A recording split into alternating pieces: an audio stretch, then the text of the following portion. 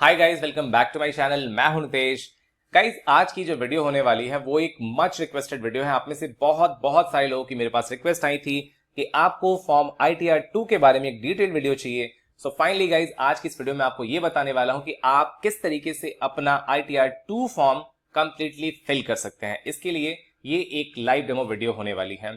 अब ITR 2 guys आपको किस कंडीशंस में फिल करना होता है, ITR 1 आपको कब फाइल करना होता है, 3, 4, 5, 6, 7 ये जितने भी ITR फॉर्म्स होते हैं वो आपको कब फिल करने होते हैं, इसके लिए गाइस मैंने ऑलरेडी एक डिटेल्ड वीडियो बना रखी है। आप उसको देख सकते हैं, उसका लिंक मैं आपको डिस्क्रिप्शन बॉक्स में दे देता हूं। तो यहाँ पे गाइस इस वीडियो में आपको ITR 2 का लाइव डेमो देने वाला हूं और इसके लिए जो मैं डेटा यूज करने वाला हूं, यहाँ पे है मेरे पास फॉर्म 16 पार्ट ए, ये है पार्ट बी और इसके साथ ही साथ ये है मेरे पास डीमैट अकाउंट में किए गए जितने भी शेयर्स के ट्रांजैक्शंस हैं उन ट्रांजैक्शंस की पूरी डिटेल। और इसमें कई सारे ट्रांजैक्शंस हुए हैं, कई सारे बाई करे गए हैं, सेल करे गए हैं, उस पर जो प्रॉफिट हुआ है इन सभी को हम अपने ITR 2 के फॉर्म में दिखाने वाले हैं।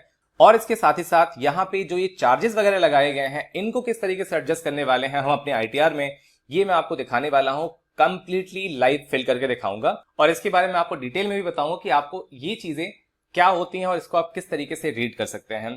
तो सबसे पहले हम गाइज आ जाएंगे इनकम टैक्स के ऑफिशियल पोर्टल पे, जो कि है incometax.gov.in, और इस पे आके आपको करना है लॉगिन। यहाँ पे गाइज मैंने कर लिया लॉगिन। अब लॉगिन के बाद आप सीधे यहाँ पे क्लिक करेंगे फाइल नाउ, या फिर आप ई फाइल के अंदर इनकम टैक्स रिटर्न, और यहाँ पे आप क्लिक कर सकते हैं फाइल इनकम टैक्स रिटर्न। इसके बाद आप यहाँ पे चूज करेंगे असेसमेंट ईयर और इसके बाद आप करेंगे कंटिन्यू।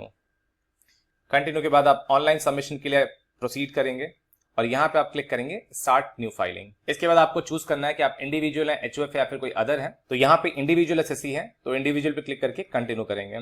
और अब यहाँ पे चूज करना होगा आपको ITR फॉर्म, तो हमें यहाँ पे चूज करना है ITR 2। अब यहाँ पे गाइज ये बताता भी है कि आपकी ये जो ITR 2 फॉर्म होता है वो होता है इंडिविजुअल और HUF के लिए, और जिनकी कोई भी बिजनेस इनकम नहीं होती है, सिर्फ उनके लिए यहाँ पे ITR 2 का फॉर्म एप्लीकेबल होता है।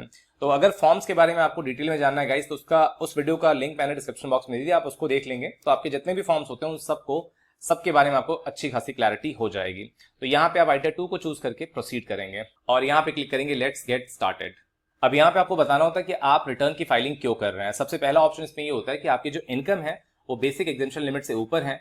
सेकेंड ऑप्शन होता है कि आप इन तीन में से किसी वजह से आप अपने रिटर्न फाइल करना चाहते हैं। उनमें से पहला कारण तो ये है कि आपने पिछले साल में अपने एक या एक से ज्यादा करंट अकाउंट में टोटल 1 करोड़ रुपए या इससे ज्यादा आपने जमा करा हुआ है। सेकंड ऑप्शन होता है कि आपने 2 लाख रुपए से ज्यादा का अमाउंट आपने फॉरेन ट्रैवल पे आपने एक्सपेंस करा हुआ है। थर्ड ऑप्शन होता है कि आपका 1 लाख रुपए से ज्यादा का बिजली का बिल पिछले साल में रहा है। तो इन तीन में से अगर कोई ऑप्शन है तो आपको ये चूज करना है, और अगर इनके अलावा कोई ऑप्शन है तो आप अदर ऑप्शन चूज कर सकते हैं। जैसे कि अगर आप वॉलंटरली अगर आप रिटर्न वगैरह फाइल करना चाहते हैं तो यहाँ पे आप अदर का ऑप्शन चूज कर सकते हैं। तो हमारे केस में यहाँ पे टैक्सेबल इनकम जो है वो बेसिक एग्जेम्पशन लिमिट से ज्यादा है, इसलिए हम पहला ऑप्शन चूज करके इसे प्रोसीड करेंगे। अब यहाँ से गाइस शुरू होता है वीडियो का सबसे इंपॉर्टेंट पार्ट। तो यहाँ से आप वीडियो को बिल्कुल भी स्किप नहीं करेंगे, बिकॉज कुछ ना कुछ आपसे जरूर मिस हो सकता है। तो यहाँ पे सबसे पहले आपको करना होता है आपका शेड्यूल सेलेक्ट करना होता है। तो आप इसमें जो भी आपके ऊपर जो भी एप्लीकेबल शेड्यूल्स होंगे आप उसको चूज कर सकते हैं या फिर उसे हटा सकते हैं।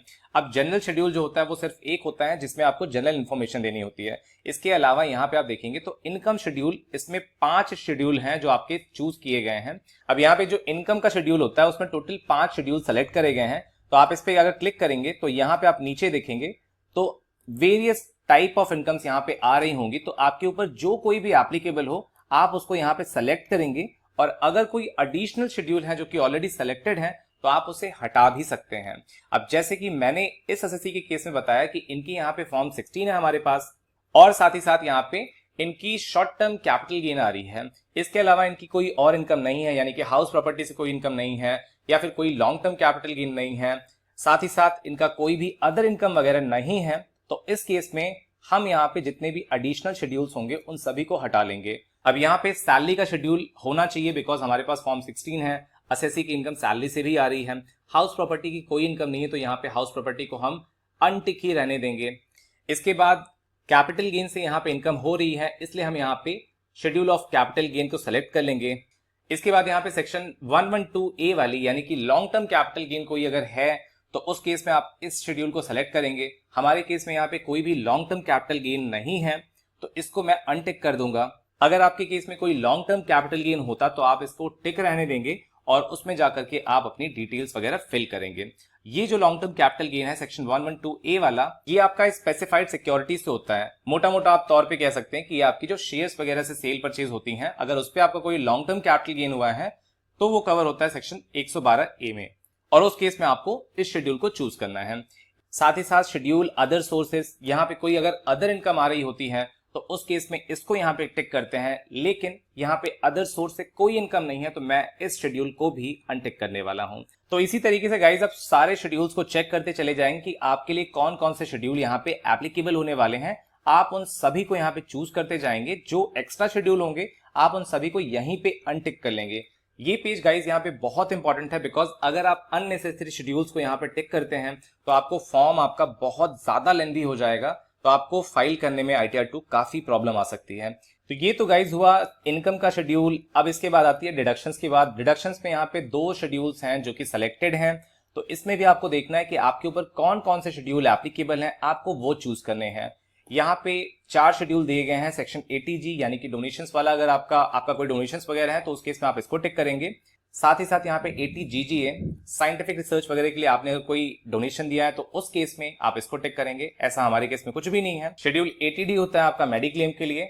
हमारे केस में मेडिक्लेम एप्लीकेबल नहीं है, मेडिक्लेम की हमारी कोई डिडक्शन नहीं है, तो इसलिए मैं इसको अनटिक करूंगा। आपका अगर मेडिक्लेम बनता है तो आप इसको टिक रहने देंगे और डिटेल इसमें फिल करेंगे। और इसके अलावा अदर डिडक्शन, तो हमारे केस में यहाँ पे अदर डिडक्शन है तो मैं इसको टिक रहने दूंगा। इसके बाद यहाँ पे देखेंगे तो टैक्स के भी 5 शेड्यूल दिए गए हैं। इसमें सारे शेड्यूल आपको चूज रहने देना है, बिकॉज इन सभी में आपके फिगर्स ऑटोमेटिकली कैलकुलेट होती रहेंगी, तो इसमें आपको कुछ नहीं करना।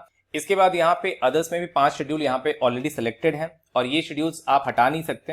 ये ब्रॉड फॉरवर्ड लॉसेस के लिए होता है कि पिछले सालों का अगर कोई लॉस आ रहा है तो आप इस साल में उसे सेट ऑफ कर सकते हैं, या फिर करंट ईयर का लॉस आप कैरी फॉरवर्ड कर सकते हैं। तो ये बाय डिफॉल्ट यहाँ टिक होते हैं। और यहाँ पे अगर आपकी कोई फॉरेन एसेट्स वगैरह है तो आपको इसे टिक कर सकते हैं, अदरवाइज इसे भी आप वैसे ही छोड़ सकते हैं। ये सारा करने के बाद गाइज आपको अब यहाँ पे फाइनली करना है कंटिन्यू।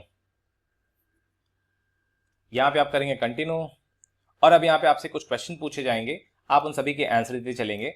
जैसे आपको यहाँ पे क्या न्यू रिजीम ऑप्ट करना है, तो हमें यहाँ पे न्यू रिजीम ऑप्ट नहीं करना है, इसके लिए मैं नो करूंगा और इसे कंटिन्यू करूंगा। अब यहाँ पे आपके सैलरी की एग्जेम्पशंस पूछी जा रही हैं कि किन किन सेक्शंस में आपकी सैलरी की एग्जेम्पशंस आ रही हैं। तो सैलरी की एग्जेम्पशंस के लिए गाइज आप अपना चेक करेंगे फॉर्म 16 और यहाँ पे आप देखेंगे तो नीचे आप देखेंगे तो जहां पे आपकी कैलकुलेशन शुरू होती है यहाँ पे ये होता है सेक्शन 10 की एग्जेम्पशंस। तो इसमें आप देखते चले जाएंगे कि इसमें क्या कोई फिगर दी गई है, तो उसके अकॉर्डिंग आप इसे चूज करते रहेंगे। तो हमारे केस में यहाँ पे सेक्शन 10 में कोई एग्जेम्पशंस नहीं है, तो इसलिए मैं हर एक क्वेश्चन में सिंपली नो करते चलूंगा और इसको कंटिन्यू करूंगा।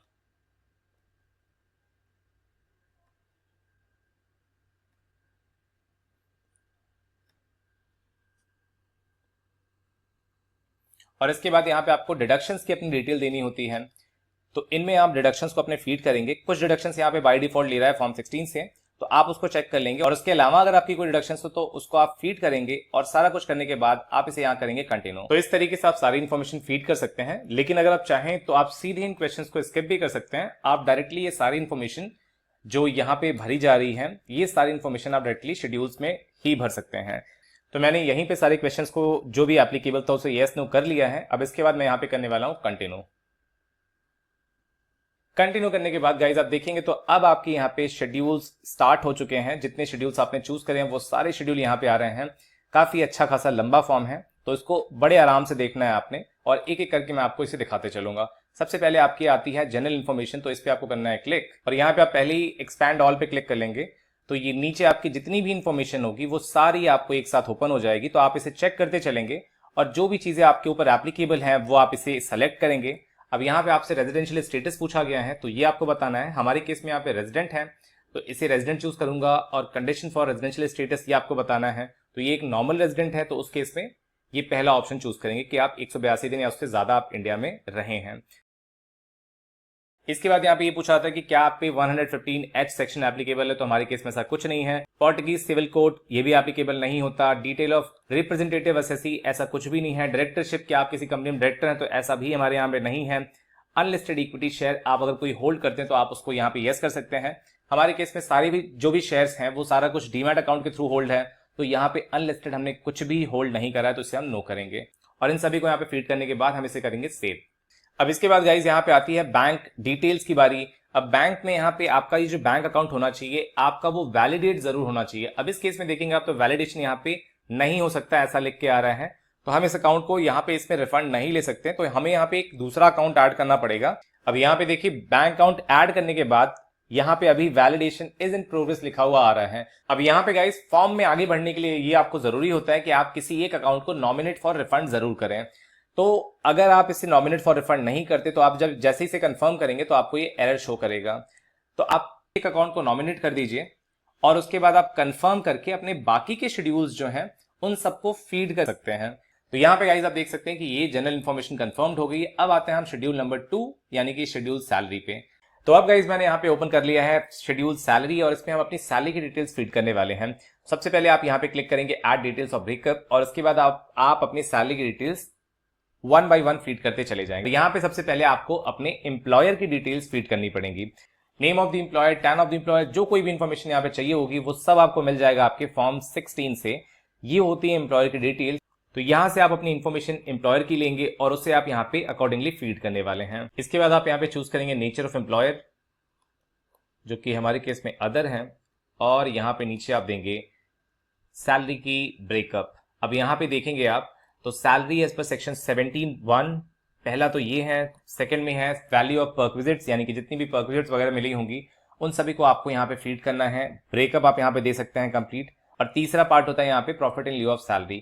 तो यहाँ पे 17(1), 17(2) और नीचे है 17(3), ये सारा ब्रेकअप आप यहाँ पे प्रोवाइड करेंगे और इसके बाद इन तीनों का जो टोटल होगा वो आपकी कहलाएगी ग्रॉस सैलरी। तो यहाँ पे गाइस ये जो सैलरी का ब्रेकअप है ये आपको मिल जाएगा आपके फॉर्म 16 से। फॉर्म 16 में आप देखेंगे तो यहाँ पे आप देखेंगे साफ साफ बताया गया सैलरी इज पर प्रोविजन कंटेन्ड इन 17(1). 17(1) की जो सैलरी है वो दिखाई गई है यहाँ पे। तो इसको मैं यहाँ पे फीड कर लेता हूँ। तो यहाँ पे आपके बेसिक ऑप्शन DA वगैरह ये सारे ऑप्शन दिए गए हैं। तो हमारे केस में सिंपली हम यहाँ पे चूज करेंगे अदर्स को और अदर्स के बाद यहाँ पे हम इसी जो फॉर्म 16 में जो डिटेल लिखी गई है उसको हम सिंपली यहाँ पे फीड कर देंगे और यहाँ पे हम उसकी वैल्यू प्रोवाइड कर देंगे। इसी तरीके से यहाँ पे परक्विजिट्स की जो वैल्यू है उसे भी यहाँ पे प्रोवाइड करेंगे फॉर्म 16 में, ये भी आपको मिल जाएगा। यहाँ पे आप देखेंगे value of perquisites under section 17(2), ये आपके फॉर्म 16 में ही अवेलेबल होता है। तो इसकी वैल्यू हम यहाँ से उठा करके यहाँ पे फीड करने वाले हैं। तो यहाँ पे भी हम अदर का ऑप्शन चूज करेंगे और इसमें आप नाम लिख देंगे वही जो आपके फॉर्म 16 में लिखा है और उसकी हम वैल्यू प्रोवाइड कर देंगे। और इसके अलावा कोई प्रॉफिट इन लिeu ऑफ सैलरी नहीं है तो इसके बाद यहाँ पे हम इसको सेव कर देंगे। ये हो जाएगी आपकी ग्रॉस सैलरी। ग्रॉस सैलरी के बाद गाइज यहाँ पे आपको फीड करना होता है अलाउंसेस जो कि एग्जेम्प्ट होते हैं अंडर सेक्शन 10 में। तो इस पे आप क्लिक करेंगे और इसमें अगर आपकी कोई डिटेल्स वगैरह हैं सेक्शन 10 वाली तो उसको आप यहाँ पे ऐड नजर पे क्लिक करके उसकी डिटेल फीड कर सकते हैं। हमारे केस में यहाँ पे सेक्शन 10 की जितनी भी डिटेल्स हैं सारी खाली हैं, बिल्कुल भी यहाँ पे कोई भी एग्जेम्पशन प्रोवाइड नहीं करी गई है अंडर सेक्शन 10। अगर आपके केस में कोई एग्जेम्पशन है जैसे कि HRA बहुत सारे एम्प्लॉय के केस में होता है, तो अगर ऐसा कुछ है तो आप उसे यहाँ पे ऐड नंबर पे क्लिक करके उसे फीड करेंगे। हमारे केस में ऐसा कुछ नहीं तो मैं इसे यहाँ ब्लैंक छोड़ूंगा। इसके बाद यहाँ पे आप अपने डिडक्शंस देंगे सेक्शन 16 के अंडर। अब यहाँ पे आप देखेंगे तो पोर्टल में एक बहुत ही अजीब सा एरर है। यहाँ पे आप देखेंगे तो 50,000 यहाँ पे वैल्यू ली जा रही है और उसमें 0 ऐड करने के बाद ही टोटल 1 लाख रुपए का ले रहा है। ये एरर मैं पिछले काफी दिनों से देख रहा हूँ। तो इसको ठीक करने के लिए आप सिंपली इस वाले कॉलम पे ऐड करेंगे, क्लिक करेंगे और सिंपली इसमें 0 डाल दीजिए और उसके बाद आप बाहर कहीं क्लिक करेंगे तो ये वैल्यू ऐड होकर के 50,000 हो जाएगी। तो इसको आप जरूर कर लीजिएगा बिकॉज अगर आप स्टैंडर्ड डिडक्शन 1 लाख रुपए की क्लेम कर देते हैं तो आपकी सैलरी की कैलकुलेशन गलत हो जाएगी और उसके बाद आपका बाद में डिमांड आ सकता है। तो इसको आप ध्यान रखेंगे, ये पोर्टल की मिस्टेक है तो इसकी वजह से आपका डिमांड वगैरह ना आए, इसलिए इस चीज को आप जरूर करेंगे। तो इसके बाद आप इसे सेव करेंगे और यहाँ पे आपकी फाइनल जो income chargeable under the head salary है वो आ चुकी है। इसको आप कर देंगे कंफर्म। तो इसके बाद गाइज हम चलेंगे शेड्यूल कैपिटल गेन में और इसमें हम अपने कैपिटल गेन्स की डिटेल हम यहाँ पे देने वाले हैं। तो यहाँ पे आप देखेंगे जैसे ही आपने क्लिक करा तो आपको यहाँ पे बताना है कि आपका कैपिटल गेन किन चीजों से आ रहा है। हमारे केस में गाइज हमें यहाँ पे शेयर्स पे शॉर्ट टर्म कैपिटल गेन हो रहा है तो हम यहाँ पे सेकंड ऑप्शन चूज करेंगे। आपके केस में जो भी यहाँ पे ऑप्शन एप्लीकेबल हो, जैसे कि अगर आपके शेयर्स पे लॉन्ग टर्म कैपिटल गेन हो रहा है तो आप यहाँ पे थर्ड ऑप्शन चूज करेंगे। अगर आपका बॉन्ड और डिबेंचर पे कोई आपका गेन है तो ये चूज करेंगे। लैंड और बिल्डिंग पे कोई गेन है तो ये चूज करेंगे। जो भी आपका ऑप्शन इस पे एप्लीकेबल होगा आप उन ऑप्शंस को चूज करेंगे। आप एक से ज्यादा भी ऑप्शन चूज कर सकते हैं लेकिन हमारे केस में सिर्फ शेयर से हमें गेन हो रहा है, वो भी शॉर्ट टर्म कैपिटल गेन, तो हम यहाँ पे सिर्फ सेकंड ऑप्शन चूज करेंगे और इसके बाद इसे कंटिन्यू करेंगे। अब यहाँ पे पहले वाले ऑप्शन में आपको भरना होता है कि आपका कितना शॉर्ट टर्म कैपिटल गेन है। सेकंड ऑप्शन में यहाँ देखेंगे तो अगर उस गेन में से कोई डिडक्शंस वगैरह हैं तो उसको आप यहाँ पे चार्ज करेंगे। कोई पिछले सालों का लॉस है उसे आप सेट ऑफ करना चाहते हैं तो उस केस में आप इस वाले ऑप्शन को फीड करेंगे, और साथ ही साथ अगर कोई अक्रूवल वगैरह है तो उसको आप यहाँ पे दिखाएंगे। तो सबसे पहले पहला ऑप्शन फीड करने वाले हैं कि हमें कितना गेन हो रखा है शेयर्स पे। तो यहाँ पे ऐड डिटेल पे क्लिक करेंगे और इसकी हम डिटेल्स फीड करते चले जाएंगे। यहाँ पे हमें सिर्फ सेक्शन 111A वाला यहाँ पे गेन हो रहा है तो इसको करेंगे क्लिक। अब यहाँ पे आपसे पूछा जा रहा है फुल वैल्यू ऑफ कंसिडरेशन, यानी कि आपने टोटल कितने रुपए में इसे बेचा है। साथ ही साथ यहाँ पे कॉस्ट ऑफ एक्विजिशन, यानी कि आपने कितने में खरीदा था, इंप्रूवमेंट एक्सपेंसेस, और साथ ही साथ कोई अगर आपका अदर एक्सपेंसेस जो कि आपके ट्रांसफर से रिलेटेड है तो उन सभी को आपको यहाँ फीड करना है। उसके बाद आपका short term capital gain automatically calculate हो जाएगा। तो अब आती है बारी गाइज आपकी जो हमें जीरोधा ने शीट प्रोवाइड करी है उस शीट को देखने की। तो ये है गाइज हमारे पास शीट जो कि हमें जीरोधा जो कि हमारा डीपी है उसकी तरफ से हमें प्रोवाइड करा गया है, और ये एप्लीकेबल है आपके 1/4/2020 से 31 मार्च 2021 के लिए, यानी कि हमारे करंट असेसमेंट ईयर के लिए। अब इसमें गाइज बेसिकली आप इसे देखेंगे तो यहाँ पे आपकी ये कंप्लीट डिटेल बताई गई है, और इसमें क्या क्या चीजें दी गई हैं मैं आपको पहले बता देता हूँ इसे, ताकि आपको समझने में से आसानी हो। सबसे पहले यहाँ पे ये जो है ये आपके शेयर्स के नाम दिए गए हैं, ये इसका आईसीएन नंबर है, और यहां से आती है इंपॉर्टेंट चीज quantity, buy value, sell value, realized PnL. इतनी चीज आपको देखनी होती है जो कि आपके लिए इंपॉर्टेंट होती है। अब यहाँ पे गाइज ये होती है आपकी क्वांटिटी कि आपने कितने कितने शेयर्स, कितने नंबर ऑफ शेयर्स आपने खरीदे या बेचे हैं। अब इसकी वैल्यू होती है ये इतनी वैल्यू पे आपने खरीदा, इतने पे आपने बेचा। इन दोनों का जो डिफरेंस होता है वो आपका होता है रियलाइज्ड प्रॉफिट एंड लॉस। इसके अलावा यहाँ पे ये जो दिया हुआ है ये रियलाइज्ड पीएनएल परसेंटेज है, ये यानी कि आपकी जो बाई वैल्यू है उसका कितना परसेंटेज आपने प्रॉफिट या लॉस करा है, कमाया है, वो चीज आपको यहाँ पे दिखाई जाती है। जैसे ये 6% प्रॉफिट है, 196 का 6% आप निकालेंगे तो 13 रुपए आएगा। तो इस तरीके से आपसे ये परसेंटेज दिया होता है, और यहां से लेकर के ये जो वैल्यू दिखाई गई है गाइस ये है आपका अनरियलाइज्ड पीएनएल। और इसमें बेसिकली क्या है कि आपके जो पिछले सालों के आपने शेयर्स होल्ड करे हैं उन शेयर्स की डिटेल दिखाई गई है, और उसमें जो वैल्यू एडिशन हुआ है, जो पिछले साल की प्राइस और इस साल की प्राइस की फ्लक्चुएशन की वजह से आपका जो प्रॉफिट या लॉस हुआ है उसको अनरियलाइज पीएनएल बोलते हैं। लेकिन ये अनरियलाइज इसलिए है क्योंकि आपने इसको एक्चुअल में बेचा या खरीदा नहीं है, आपने इसको होल्ड किया है, सिर्फ प्राइस की जो वेरिएंस आया है उसकी वजह से यहाँ पे ये अनरियलाइज पीएनएल हो रहा है। अगर आप इस शेयर्स को बेच देते हैं तो आपको यहाँ पे रियलाइज्ड प्रॉफिट एंड लॉस होता है, और जो आपको टैक्स पे करना होता है वो हमेशा रियलाइज्ड पीएनएल पे आपको पे करना होता है। अनरियलाइज प्रॉफिट पे आपको कोई भी टैक्स पे नहीं करना होता, सिर्फ और सिर्फ आपको रियलाइज प्रॉफिट पे ही टैक्स पे करना होता है।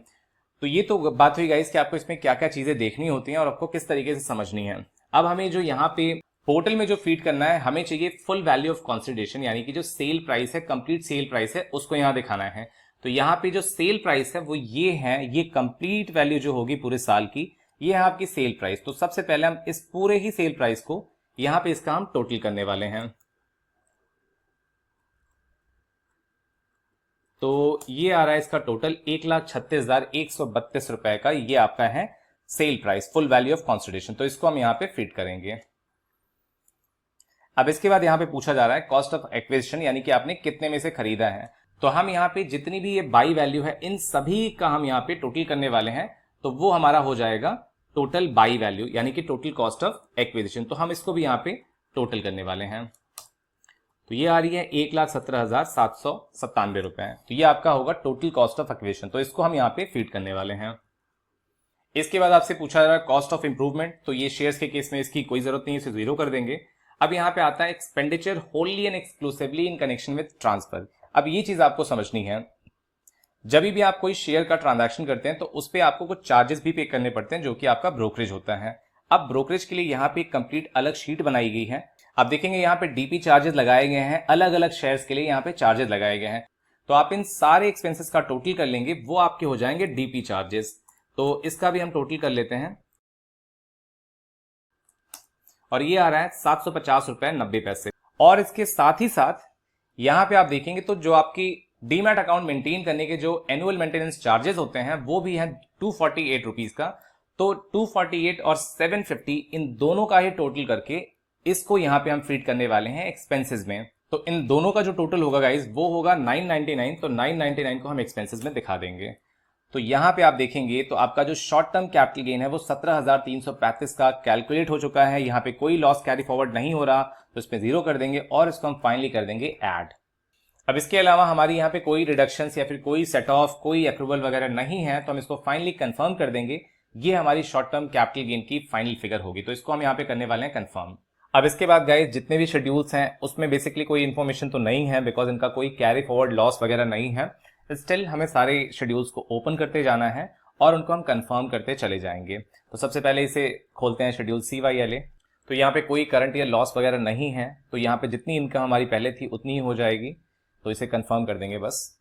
इसके बाद यहाँ पे शेड्यूल BFLA यानी कि ब्रॉड फॉरवर्ड लॉसेस वगैरह जो हैं उनको यहाँ पे हमें फीड करना है बस। ऑल्दो यहाँ पे कोई भी ब्रॉड फॉरवर्ड लॉस वगैरह नहीं है, तो इसलिए बस इसमें कुछ नहीं करना, आपको सिर्फ यहाँ पे इसे कंफर्म करते चले जाना है और सारे शेड्यूल्स ऑटोमेटिकली कंफर्म होते चले जाएंगे। इसके बाद आपको नेक्स्ट शेड्यूल में जाना है, शेड्यूल CFL, इसमें जाना है और इसको भी बस सेव करते चले जाना है आपको। कोई भी आपका पिछले सालों का लॉस नहीं है, तो कंप्यूट सेट ऑफ पे क्लिक करके इसे सेव कर देंगे।